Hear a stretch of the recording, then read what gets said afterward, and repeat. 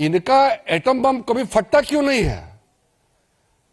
ये कोई विषय को लेकर के गंभीरता से आता नहीं, बोलते कि हाइड्रोजन बम फटेगा।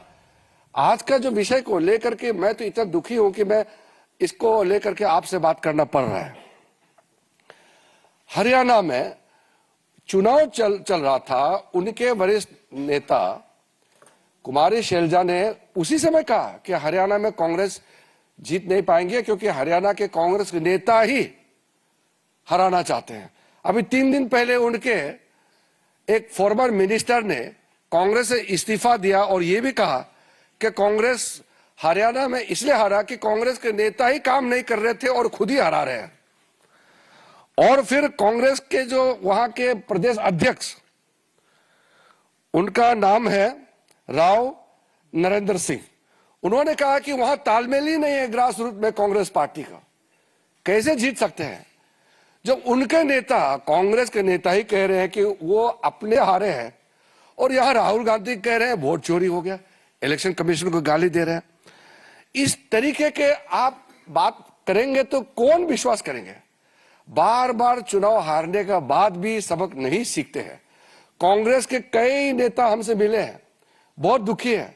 वो कह रहे हैं कि राहुल गांधी जब तक उनका नेता रहेगा कांग्रेस जीत नहीं सकते हैं, और वो ईवीएम को गाली दे रहे हैं।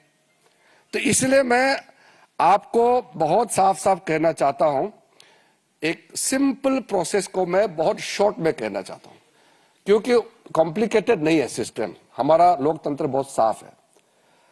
हमारा इलेक्शन प्रक्रिया में सबसे पहले इलेक्शन कमीशन इलेक्शन को चलाते हैं, तो इलेक्शन कमीशन का बात मैं आपको नहीं कहूंगा क्योंकि इलेक्शन कमीशन खुद ही कहेंगे। बीजेपी का नाम लिया है और बीजेपी का मुख्यमंत्री का एक क्लिप को चला के बोला है, इसलिए मैं उसको जवाब देना चाहता हूं। हमारे वहां के हरियाणा के मुख्यमंत्री ने एक लाइन कहा कि हम चुनाव जीतेंगे, हमारा अच्छा व्यवस्था है। व्यवस्था मतलब क्या है? बीजेपी, हमारा डिसिप्लिन, हमारा काडर, हमारा जो कार्यकर्ता, हमारा नेता का समर्पण, हमारा कार्यकर्ताओं का त्याग, ये है हमारा व्यवस्था, ये है हमारा ताकत। इसी से हम विश्वास से कहते हैं कि हम चुनाव जीतेंगे। हम 24 घंटे दौड़ते रहते हैं। मैंने भी अपना जिंदगी में 3-3, 4-4 महीने गांव घर नहीं देखे हुए अलग अलग जगह में पैदल चलते थे। ये हम लोग का सिस्टम है बीजेपी का, ये हमारा व्यवस्था है।